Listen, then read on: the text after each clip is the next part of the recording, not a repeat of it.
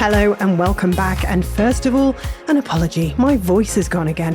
What is going on with me this year? I just seem to be getting cold after cold. I guess that's what happens when you spend a year on the floor with a back injury. And yes, I'm mentioning it again. I will. It's part of my journey and my story, and it is absolutely shaping some of the conversations I've been having with creatives this season. Now, this week, I'm going to be chatting with the epic graphic designer and author, David Airey. And I thought this was going to be a conversation about design. And you know with me by now that definitely we'll brush on that. We'll definitely talk about 2 decades in the industry, logos, books, all that good stuff. But actually, it's turned into something much more about life. I can't help myself. And if you're a fan of the show, you'll know that that's a theme I tend to lean back on. So we talk about burnout and pressure, social media, how it's changing, how we used to really love it back in the day when Twitter was a lovely thing. All the noise that comes with being a creative right now in this super weird time that we're going through, lots of fast change, lots of disruption, and also how to deal with it all, how to build a career that actually feels sustainable, not just a success on paper. David shares some really honest thoughts on things like discipline versus passion, why he works less now than he used to, and how becoming a parent completely shifted his priorities, as you would expect it would. And I think what you'll get from this, certainly what I got from this, more than anything, is a bit of perspective. Just a reminder that you don't have to chase everything, be everything, do everything all at once, and actually focusing on what's right in front of you right now is probably enough. A really lovely grounding chat, thanks to David. One of those where you will feel a bit calmer afterwards. This episode is kindly sponsored by Adobe Acrobat Studio. Now, I know what you might think when you hear the word PDF. It's for editing secure documents or signing a contract. But Acrobat Studio is here to completely change that perception. It isn't just for completing essential PDF tasks, it's an AI-powered space where you can use simple language prompts to get information quickly from across multiple sources, not just PDFs, but also Microsoft Office 365 files, web pages, and more.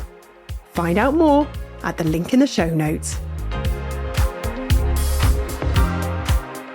Well, if we're going to be talking about 20 years of a career, David, then I have to say, what's your secret? Have you relented? Are you on the Botox? Have you had the fillers? Oh, it's just good genes. Good genes. Well, whatever it is, I want to know. You and I think, are at a similar stage in our careers. I always say this to every guest. I think I'm older than everyone. I think I am actually older than you. And I'm not going to ask you how old you are, but it's just good for cultural reference, you see. Yeah, of course. I'm 46. Right, so we're very similar age. I'm slightly older. So you'll know of Anne of Green Gables then. Not too much about Anne of Green Gables. It rings a bell. Tell me, what's the reference? It was a good friend of mine here in the market town I've moved out to. We were getting to know each other, and when she mentioned Anne of Green Gables, it was almost like, have we just become best friends?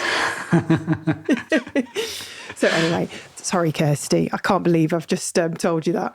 But the thing is, we have so much in common, David, because we have really been through it, haven't we? We've seen it. We've seen it all these last 2 decades.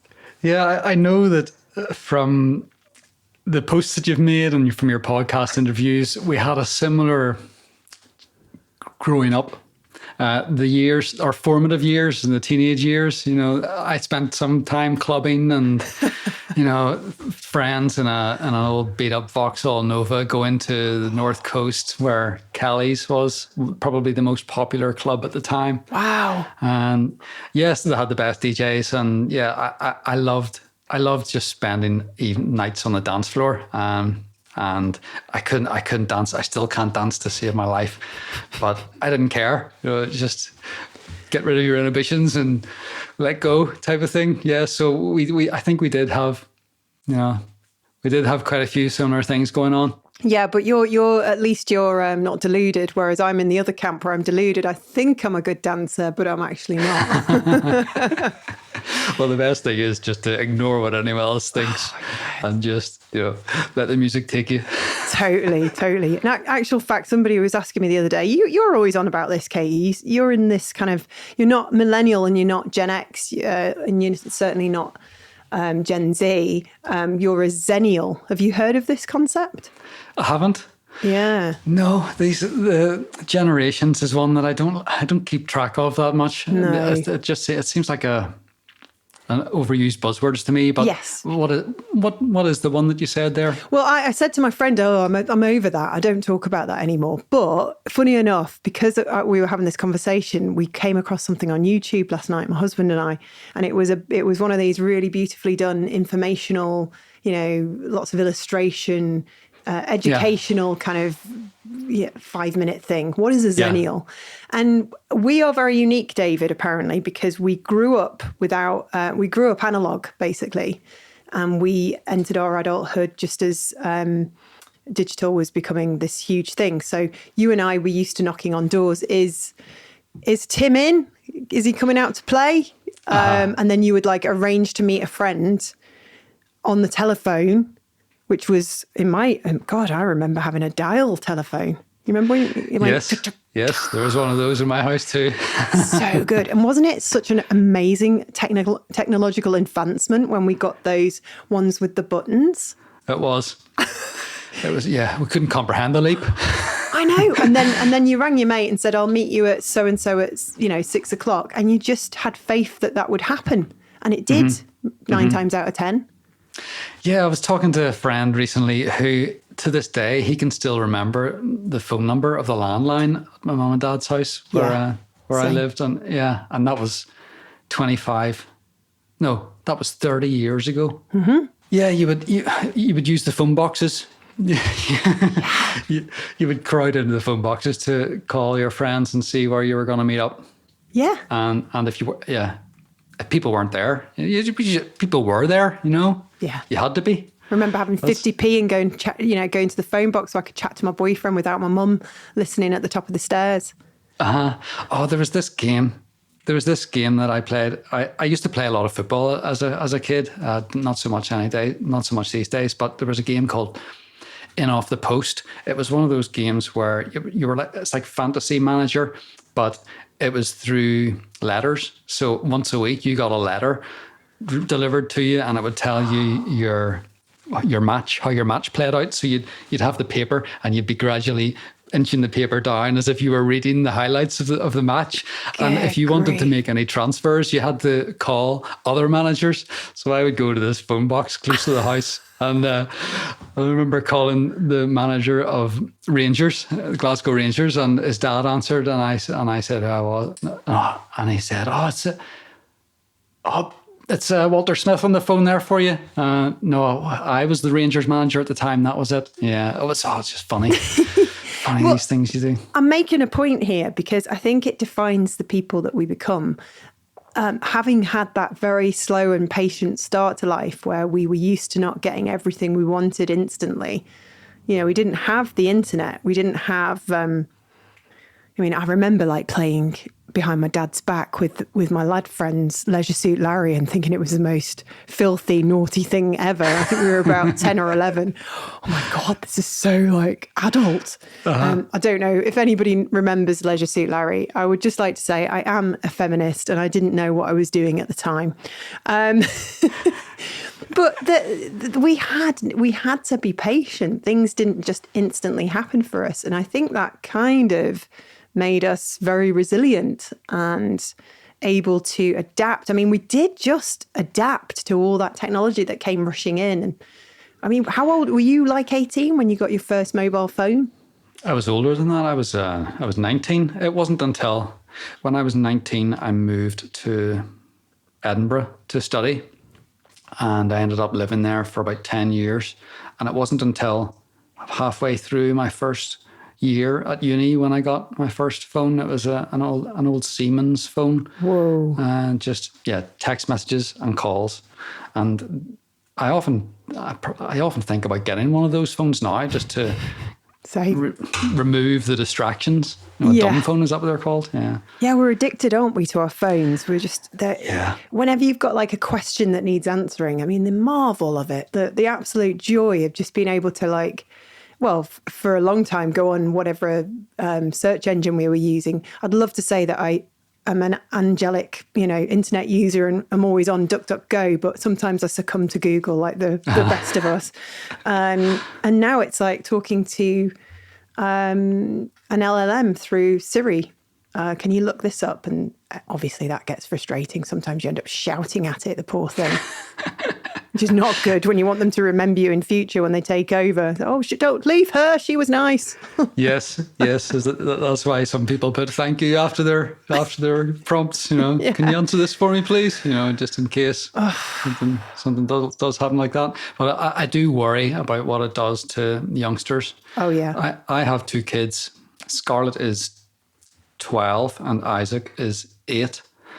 And Scarlett was one of the last kids in her class to get a phone. There were only 2 of them out of a class of about 30. So we'd been holding off as long as possible. And we put restrictions on it. But even then, it's just more screen time. Yeah. It will be affecting their ability to focus. So many distractions. I just wonder what it does for their patience. They are great kids. Catherine is my wife, and we're both doing the best we can. And I think we're doing a decent job because we can see how well Scarlett and Isaac get on together. But at the same time, thinking back to my own childhood, I wouldn't have liked the ability, for one thing, for anybody to be recording what we did or photographing. I know. Having this constant reminder or hanging over your head. Because if you were anything like me, we got up to some shady stuff that we wouldn't like being brought up over and over. So, David, you look so innocent. Well, times have changed. I don't regret any of it. I think it's shaped who we are. Definitely. Yeah. Yeah. But yeah, I used to be a naughty kid. I left home at 15, Oh, and how were your parents with that? We fell out, and I was with an older boy, and I lived in various different places on people's floors, on sofas, and I ended up getting a little kind of bed sit to myself at such a young age, at 16, and we kissed and made up, I think, a year later, and I went back home with my tail between my legs. It was a terror, and then I was a good kid. I was always a good kid, really. I went and did my A-levels, and then I went to university, and the rest is history. But I mean, that's a podcast series. The day Katie left home. But I'm 15. I love them to bits. I saw them yesterday. They're brilliant people. It's just, I think they were a little bit too strict with me. So if there's any caution warning that I can give you with a daughter, it's just trust that you taught her how to live and look after herself, and accept that they're going to become an adult. Yeah, they all have their moments. But in general, so far so good. Like I said, she's 12, so there have been flickers of the expected teenage tantrums, but it's all ahead of me. I think. I mean, we had a good time, didn't we, in the mid-90s? All that new music and Nirvana and drum and bass. It was. Yeah, I was a bit too late for the raves in the forests. Same. And the white gloves and the whistle posse, that type of thing. But it was brilliant. Yeah, I loved the friends that I was with and the times that we shared. And then it all kind of changed whenever I went to uni. Because I hadn't lived away from my parents before. So it was a real kind of time that I grew up. I spent 3 years studying at Napier University. I was on a graphic communications management course, which my friends on the course, we all thought it was more of a graphic design program, but it turned out to be, there's only one module. There was 8 modules a year, and there's only one module in 1 year that was graphic design. So, gutted. So most of what I learned business-wise now has come as a result of being on the job and not my formal education, which I guess is true for a lot of people. Yeah, I don't think I went to any lectures. It was easy. It was easy to miss them, wasn't it? Well, I think I was just stoned. I wasted my education, really. But, it all turns out all right in the end. Yeah, it formed you. It formed you into the 100%. lovely person that you are today. Do you do, I mean, the big question here is, do you have any regrets? Because I feel like anything I've done thus far has led me to where I am today. And I just don't see the point in beating yourself up about basically growing and making mistakes. I think that's just part and parcel of what it is to be human. Yeah, I couldn't pinpoint any regrets, no, other than, well, there's one thing that I come back to when I was about 8 or 9. My dad used to keep a bit of cash in his drawer. So I took some, we spent it at the shop down the road, and I was saying to my brother, I found it. So he was none the wiser. And my dad, he was not happy about that at all. So it's just one of those things that stuck in my head. But other than that, no, I've no big regrets because, like you say, it leads us to where we are now. And everyone makes mistakes. You have to make mistakes. Otherwise, you're a robot, Yeah. I love that this turns into a confessional sometimes. I feel like I need to get a collar, like 2 Hail Marys and 3 Our Fathers, and off you go. Yeah. There wasn't a lot of religion in my house growing up. My parents took me to Sunday school. So they went to church some Sundays, but I think they did that more as a way. They thought that that's what they should be doing, maybe for me and my older brother. I have a younger sister too. She's 10 years younger. My older brother's 2 years older. So my sister wasn't around at the time, but I remember going to Sunday school now and again, but it didn't last very long. I think it was one of those things that my parents thought that they should be doing rather than a real conviction. Yeah, I think that happens a lot. Or to get you in a decent school. Yeah, maybe. Or just pretend to be Catholic for 10 years. Oh, dear. Yeah, I remember my mum was religious, very much so on her side of the family. My dad wasn't. And I remember being a kid and asking my dad, do you believe in God, Dad? And he would never answer the question. This is very politician-esque about it. He would always just say, well, how do you know what's right from wrong? So it was a good kind of way of making you think as a kid, that kind of moral purpose. Why is it that we have this kind of moral standing anyway? Where does that come from? Is it nature, nurture? Oh, I feel like we need to roll up a spliff. Yeah, let's do it. Anyway, I'll be professional because, David, you've had a phenomenal career. You're very well respected as a graphic designer. You've written books, and you've just actually got a new version of the classic logo Design Love out. I mean, when's that coming out? Is that out now, or?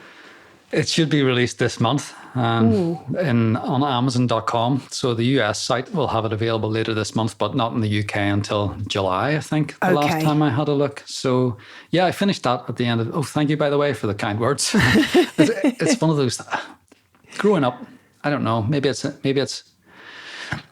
a cultural thing, or maybe it's just a familial thing. But I find it hard to look at what I've done and not think that I could be doing more. Maybe that's got to do with when children came along. I spent a lot less time working, and so I was used to doing a lot more, and then now not so much. But the book should be out soon, and it came about as a result of my publisher asking if I wanted to update it, because it's the second edition was published back in 2014. Good grief, that's a while ago. It is, and my work has come on since then, and the work of the people that I included in the books, it's about 50% my work, 50% the work of other designers around the world. I never wanted it to be all about me. I thought it could add more value if there was a range of work in there and a range of opinions. So I invited people to come on board, and the publisher expected about 25% of the content to change from one edition to the next, but it's probably about 40 or 50% different. And I was a little wary about updating it because maybe I've lived with the name for too long, but just the name Logo Design Love, I felt for a while as if I was over it. And I switched on to my previous 2 books before this new one is coming out were identity designed, and I felt that was a bit closer to where I wanted to be. But when I think to what I enjoy most in work, it's logos, designing logos. I wouldn't take on a project if a logo, even a refinement, was some part of it. So it made sense. If people were picking up the second edition of the book, I don't think it's reflective of the work that I'm producing now, and it does still sell. And sometimes it sells better than my more recent books. So it made sense to update it. Yeah. And I am looking forward to getting that first box of copies in the post, which is always great to hold something, rather than just looking at a screen. I like the physical aspect because it's rare in my work. Yeah. Most of it is looking at a screen, or, well, I really enjoy the sketching aspect, and that's getting away. You can thumb through the pages and you can look back at them quickly, and I can show my kids what I've done over the years. Just here's some sketches, because my kids both love drawing. Oh, so it's great to see how much they've progressed. They'll be just sitting in their rooms. They'll sometimes have their iPads propped up on their desk, but they'll have the sketchbook in front of them, and they'll be copying what they see on the screen. And Isaac, lately, he's been taking real care. He's only 8, so he's taking real care over the shading and getting the forms right of characters from his favorite TV shows. So it's brilliant to see. Oh, it must be so wonderful seeing these little people that you've made, like growing into little bigger people. If you know what I mean. It is. It changed me in ways that I never would have expected. It was like my emotional spectrum before kids came along was here, and now, the highs are high, much higher, and the lows are much lower. Because I thought I had good patience before children, but then I'm much better now. But seeing those early years when they were 1, 2, 3, 4, just the raw anger that they can express whenever they don't get their way, it's incredible. So it took some learning to be able to just count to 10 myself and realize, look, they're only 2. It's okay. It's normal. Yeah, but it is amazing. I have nephews, so I get a little tiny sense of what that must be like. It's so lovely to be an auntie. I saw a little Benji yesterday. He's about 8, and he's really serious about his clothes. He likes dressing a certain way. And I was just like, nice fit, kid. Nice fit. I'm liking the varsity jacket. Very cool. Love how you've matched it with the trainers. And then I started talking about my outfit. And then my older nephew, Seb, comes downstairs talking about school and GCSEs. And he went, Auntie Kate, did you enjoy English literature at school? And it's just like, you just get it right here, don't you? You just have so much love for these kids. And you're like, try not to cry all the time because they've asked you a question and you're important in their life. It's just magical. It's magical. I didn't want kids myself, but I love kids, and they are just the most magical people. And by the way, David, you said before, you regret sometimes maybe that, well, I don't think I'm putting words into your mouth, but what was I going to say? I just wrote regrets down on paper. Oh, yes. Nobody regrets not working more and harder when they're on their deathbed. That's all I wanted to say. So there's got to be a balance. Yeah, that's a very good reminder. I have watched, I've purposely searched for YouTube videos about what the elderly, what regrets they have, things like that, because it means a lot to me to spend my time as wisely as possible. I live in Bangor, which is about 12 miles outside Belfast in Northern Ireland. And, well, obviously you know that. I'm just saying that for the people that might not know. But my 2 parents live in the same town, and my older brother and younger sister, and my one surviving grandparent, my gran, she's housebound. She was in hospital there, and now she has a medical bed that she spends all her time in, and she has carers visit 4 times a day. And I know that she doesn't have long left. She's in her 90s, and her partner, my grandfather, he died a couple of years ago, and they were married for more than 70 years. Wow. Which I find incredible. I think they might have got a letter from the Queen about that. Oh, wow. And it just, whenever you have relatives who, well, we all suffer, and whenever you have relatives who die, it puts it into perspective what's important in life. And I visit her as much as I can. And my parents, I can see the impact that the death of their parents had on them. And it makes me think about what impact that's going to have on me, because Eckhart Tolle is a man that I listen to as well. And he talks about how if things are great in your life, just wait a while. You know, it's this constant flow of ups and downs, and we all carry some suffering to some extent. So I'm very conscious about spending my time with my loved ones, with my friends, and with myself away from work. Yeah. Because, like you say, we're not going to be on our deathbeds thinking, oh, I should have taken that project on. No, or what people think, or, you know, whether we kind of, sometimes you wonder what you actually reaching for. Yeah, and I like to bring it back just to those small moments throughout the day. Whether that's enjoying a hot shower, or listening to my children laugh, or just watching a program with my wife just on the sofa. Oh, so good.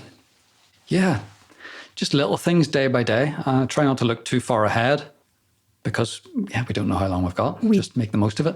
We do not know how. And I was scrambling around then trying to find this lovely snippet of a poem by Yeats.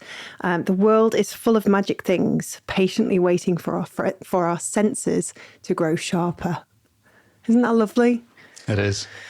Yeah. And it builds on that. When you go through life, whether it's like if you have something really sort of positive happen to you, like you have children, you become a father, that kind of changes your perspective, I expect. And like if you go through a really difficult time, or if you lose a parent, that changes your perspective. It's like a jolt, a wake-up call to remind us that, you know, what we do for a living, whilst it's valuable and it's important, it's not everything. And I think, you know, as well as I do, that you can get very wrapped up in your work. And especially in this industry is what I'm trying to say, when there's so much competition and so much happening and so much new talent coming up. Not that I didn't mean to make you feel all anxious in this episode, but it's a good grounding reminder, I think, not to take it all too seriously. Yeah, and there is so much talent. And the tools that are available to them today are unbelievable compared to what we had whenever we were, you know, making our way first in the profession. Yeah, and it's hard not to have some anxiety about the output that I'm giving my clients. Even though whenever I wrap up a project, my aim is to delight the client. And often that's the case. But when I see the level of work of other people, it's one of those reminders that I need to stop spending as much time on social media and looking for inspiration from other studios. If I can just focus on what's best for the client, and try to do some research that doesn't involve looking at other design work, then it's a good way to stay grounded. Yeah, and graphic design can be very, very much competitive. And when I first started Creative Boom, I remember I always relay this to any of my graphic design friends. I always remember this conversation I had with someone, like, why are male graphic designers so mean? Why are they so mean? Because that was the experience I got now and again. And then it actually, I want to tell you this because it was you, David, that made me realise that was an absurd generalisation, sweeping generalisation, because you are such a good egg and have been such a supporter of Creative Boom over, well, it must be more than a decade. So every time I get a mean male graphic designer, I'm like, think of David. I genuinely do this. Think of David Airey. Think of David. Oh, thank you very much.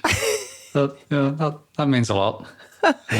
I think there's a lot of competition and a lot of fragile egos. It must be so tough looking around and seeing all this amazing work. So that's the compassion coming out when all I want to do is like, what are these massive, enter expletive. Why? Get a life. You're not going to look back on your life and worry about whether you were a famous designer, for God's sake. I mean, that's the thing. I get the sense that you have come into your fame without meaning to be a name that people recognize. You just always probably wanted to do good work, and as a result of that have become known in the industry. Would you say that's a fair charge against you? Yeah, I would. But I go back to that, what I mentioned earlier about not thinking that what I've done is enough almost, because you mentioned fame there, but I wouldn't think of myself. I know people know about me through my books. I know also that there are so many designers out there that are better than I am.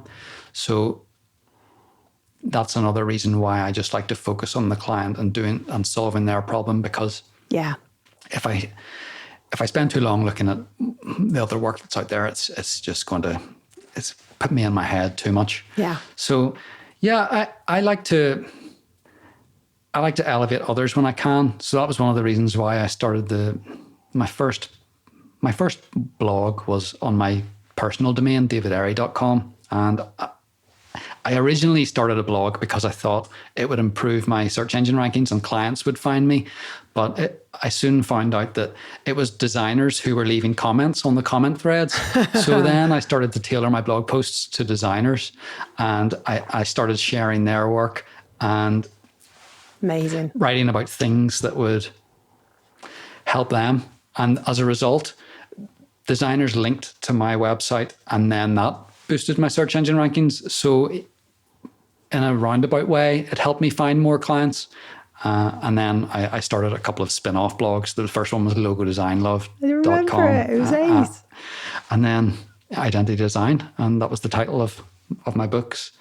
And it was always about just sharing work that I enjoyed, not so much my own, other people, in a similar way to what you do with Creative Boom. Creative Boom, I think that's brilliant. Creative Broom. That could be that could be a spin-off. Yeah, get rid of the eyes. Just put a big creative mop ways head to clean your house. Yeah. We could have I'll tell you what, let's do a spin-off website. You can design the logo. Okay. We'll do it.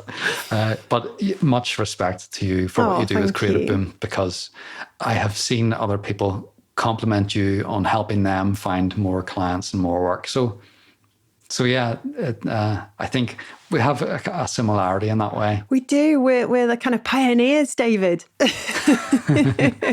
the pioneers of the web and doing something nice, giving back. It's a good thing. It's a good thing. And I think one of the questions one of the previous guests put in the chain reaction thing we do was, what do you want to be remembered for? And I'm curious, like, what do you want to be remembered for, David? Because why do we even do all this, I'd like to be remembered as a good friend and a good dad and a good son, and a good brother. Yeah. It's nothing to do with work, is it? Or what we do for a living? It's not, no. And I'm also conscious of the fact that who's going to remember us after, if we have grandkids? That will be the last generation that would remember us. No, I never met my great-grandparents. My kids they're fortunate in that they have met their great-grandparents, but that wasn't something that I had. And yeah, I just think the most important thing is to be kind to the people that we spend time with. 100%. Anything other than that. Yes, I love what I do. I love my job and I love meeting new clients and doing good work for them. And that helps me to raise my family in the way that I want, because I'm not worried about where the next bill is getting paid from. So it's afforded me a life where I can spend less time working and more time looking after the people that I want to. So the work is important to me.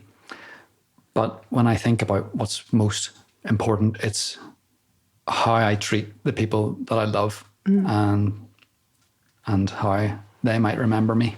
Oh, David, you're making me all emotion. It's so beautiful. I hope this inspires anybody who's listening to this who may have got stressed out or burnt out from work. And it's a good reminder to me, that's what's important. That's why we do what we do. This episode is brought to you by Adobe Acrobat Studio, no longer just a space for completing essential PDF tasks like editing a document or signing a contract. It's an AI-powered space where you can use simple language prompts to get information quickly from across multiple sources. One of the standout features is the built-in AI assistant. You can literally chat with your documents. So instead of reading through a 20-page contract or client report, it can provide summaries of all the documentation in the PDF spaces, pull out key insights, and let you really interrogate your files without you having to read everything manually. And then there's PDF Spaces, which is such a game changer if you're working across multiple files. It's like a secure hub where you can group PDFs, Word docs, web pages, and let your team uncover insights together without endless searching. Small things, but they add up. If you're looking for ways to claw back time in your day, it's worth a look.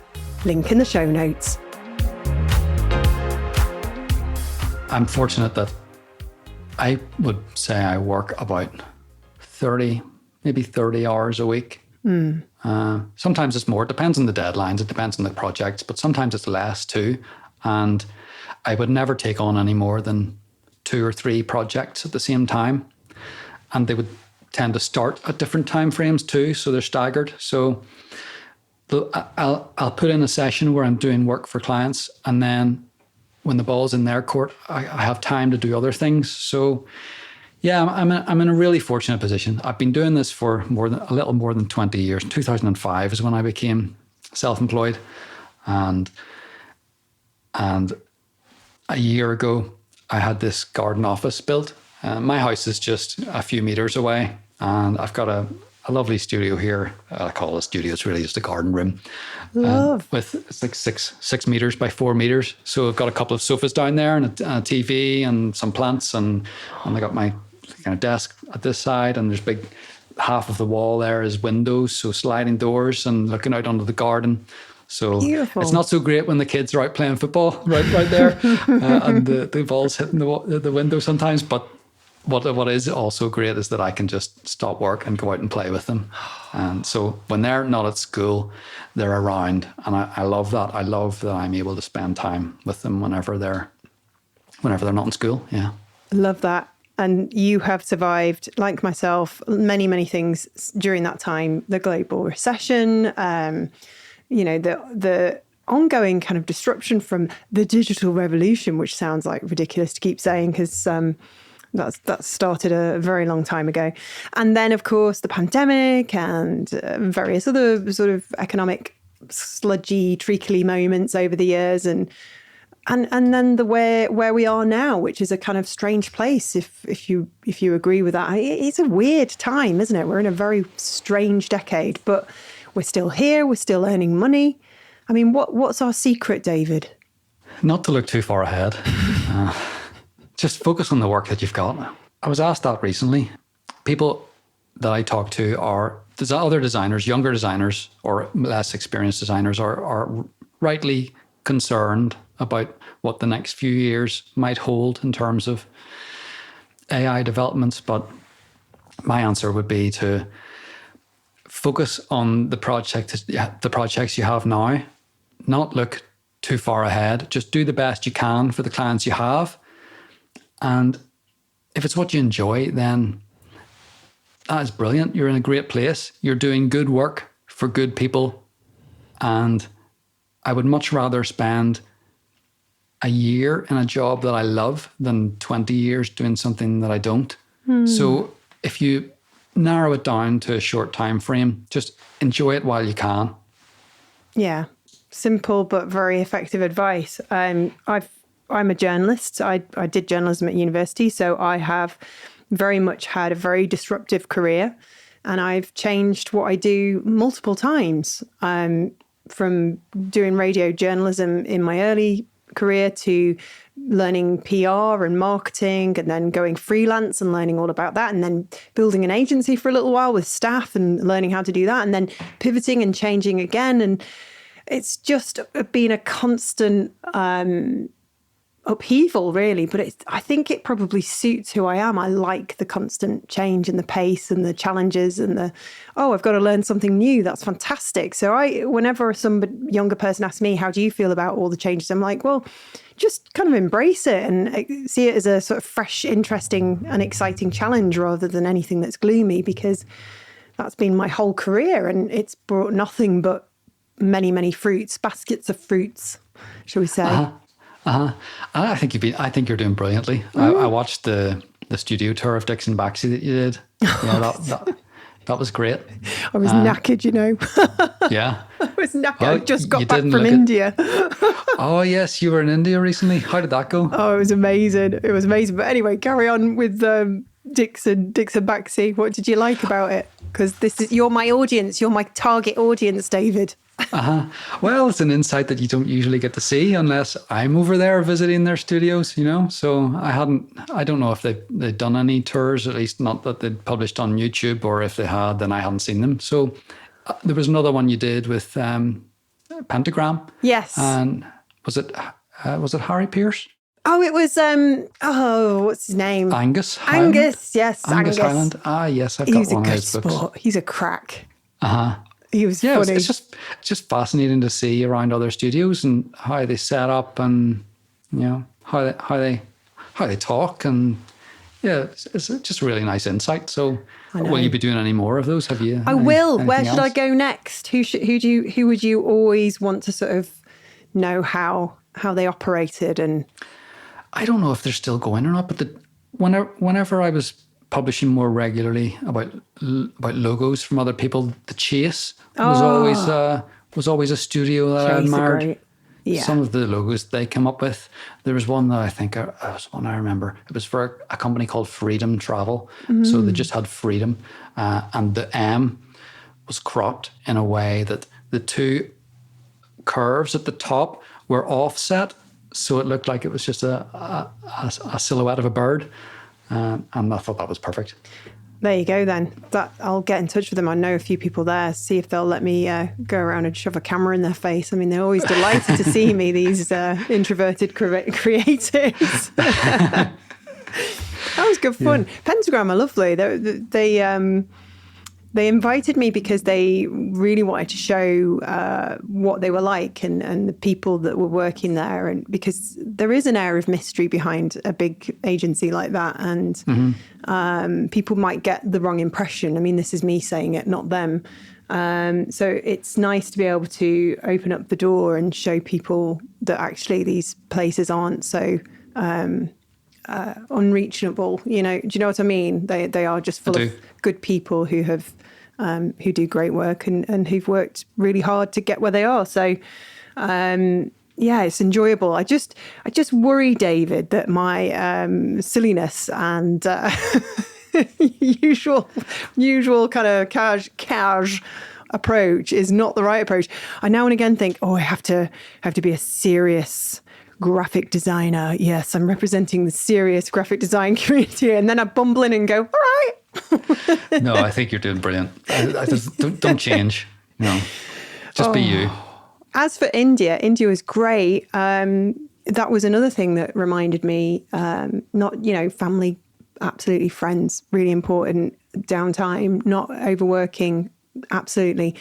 But going to India was a really good reminder that if, you can travel, and I've traveled quite a bit, but I haven't gone to many exotic parts. So, of course, you instantly think, oh my God, I shouldn't be going anywhere, the planet, But, it was like very humbling after a couple of difficult years of illness to suddenly be in this beautiful country.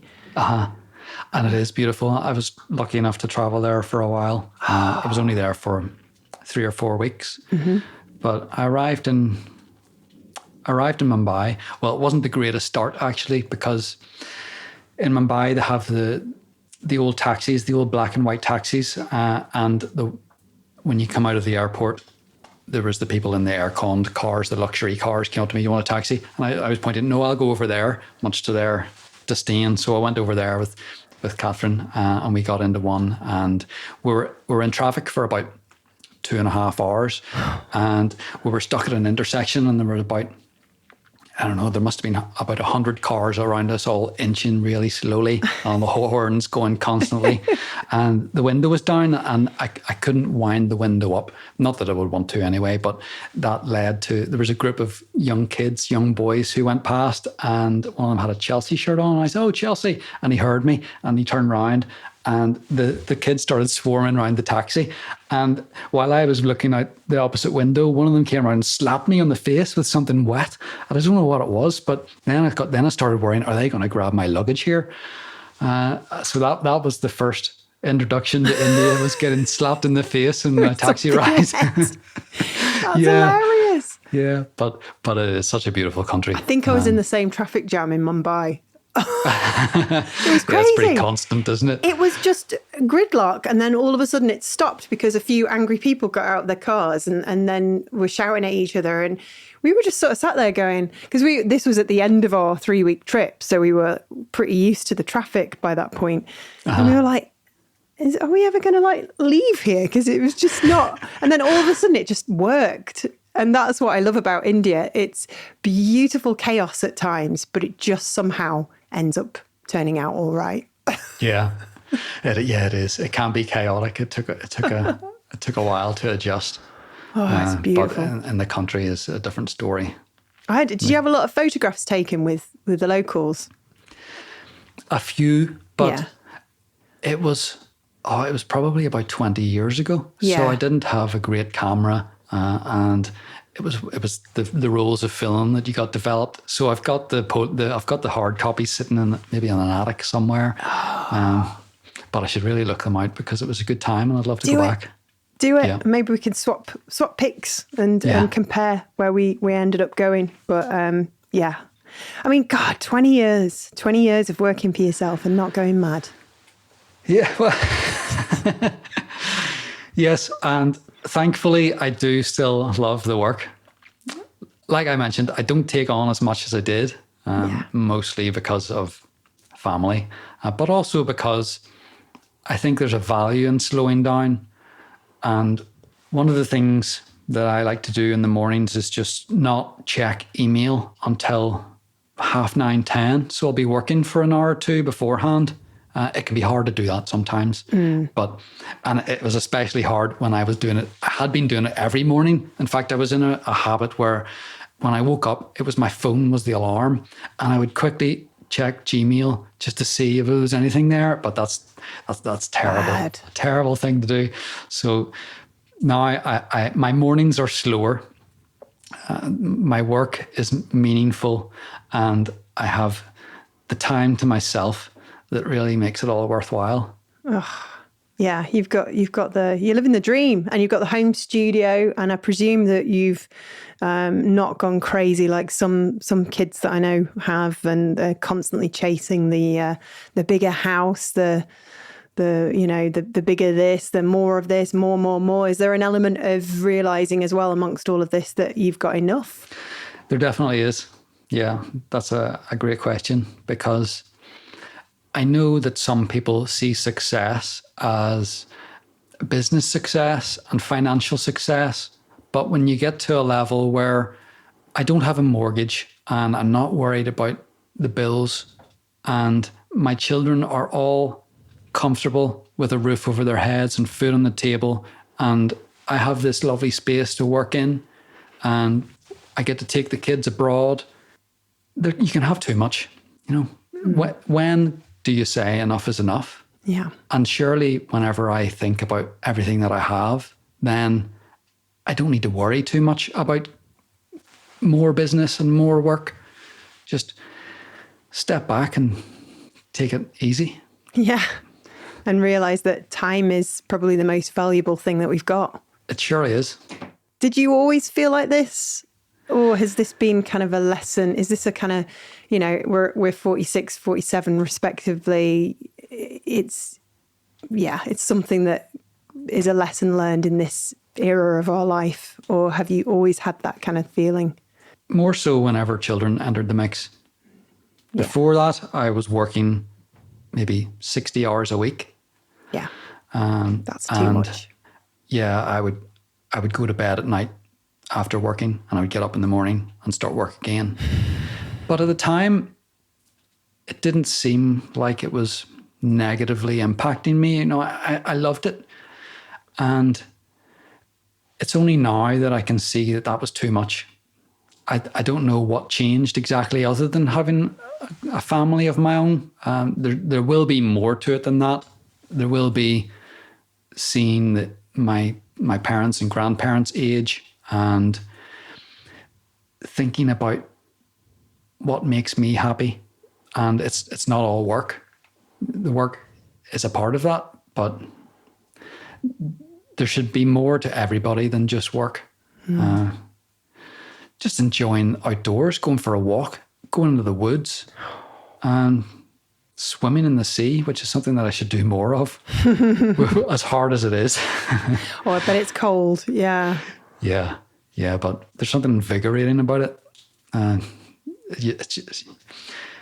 I've never often felt as alive as I do after just cold water exposure. And I am. At the same time, I know that I'm fortunate to be where I am because it's a struggle. I've been in this for so long that I realize that during the quieter times, there will be work on the horizon. But when I started, during the troughs and when I didn't have any client work, it would be a real stress. I would be thinking that maybe I'm not cut out for this. But perhaps it's worth anyone listening realizing that even after 20 years in the profession, and I think I've been pretty successful, but there are still those times whenever I might go for a month without any client work. It'll come again. And I've learned over time that it does. Now, then there's that added pressure of AI and who knows what the future holds. But as long as you just focus on the short term, then take it as it comes and don't worry too much because, it'll be all right in the end. Well, thank you so much, David, for joining us on the Creative Boom podcast. It's been very wholesome. Thank you. It's been a pleasure, Katie. Thanks for having me. Thanks to David Airey for being this week's guest. I don't know about you, but it's always nice to chat with somebody who's been around for as long as I have. Lots to discuss, lots to sort of think about as well. We've really gone through 2 decades of change, David and I. So I particularly found our chat really eye-opening, just to sort of see where his head is at, because I've always admired David's work and have followed along all this time. So thank you, David. It was great to chat. Hey, listen, we're back on Thursday with an episode of The Spark when we'll ask David a bunch of fun questions just to get to know the person behind the brand. So we'll see you then. And until then, take care, have a great week. Stay out of trouble, try not to catch a cold, and I'll see you soon. Thanks to Adobe Acrobat Studio for sponsoring this episode. If you're ready to spend less time on the administrative side of work and more time on the work that really matters, Acrobat Studio is well worth exploring. From AI-powered summaries to organised PDF spaces and built-in design features through integration with Adobe Express, it's a smarter way to work. Head to the link in the show notes to explore.